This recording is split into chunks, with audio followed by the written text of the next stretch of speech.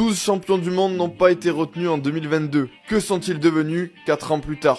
Samuel Umtiti a sacrifié son genou pour cette Coupe du Monde et 4 ans plus tard, il en souffre toujours. Aujourd'hui à Lecce, en Serie A, il est loin de son niveau de 2018. Adil Rami, l'animateur de vestiaire, est passé par la Turquie, puis la Russie, ça s'est pas très bien passé. Aujourd'hui, il a 36 ans, il évolue à l'Estac en Ligue 1 et il sera consultant pour TF1 lors de cette Coupe du Monde.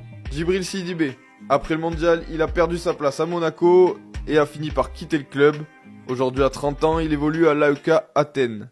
Benjamin Mendy, accusé par 7 femmes de plusieurs viols, tentatives de viol et agressions sexuelles, il est passé par la case prison et est actuellement en procès depuis plus d'1 an. Paul Pogba, plusieurs saisons décevantes à Manchester, un enchaînement de blessures et des affaires extrasportives. Avec sa famille, il est pas au top de sa forme. Pour Corentin Tolisso, c'est la même chose.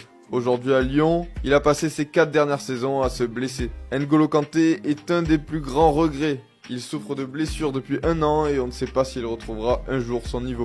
Quant à Matuidi, il est en pré-retraite aux États-Unis où il ne joue quasiment plus. Steven Nzonzi, lui, s'est expatrié au Qatar cette année et joue le maintien avec son club d'Al Rayyan, dernier du championnat qatari. Thomas Lemar, quant à lui, est en progrès depuis son transfert à l'Atlético, mais ses performances en Dancy ont eu raison de lui.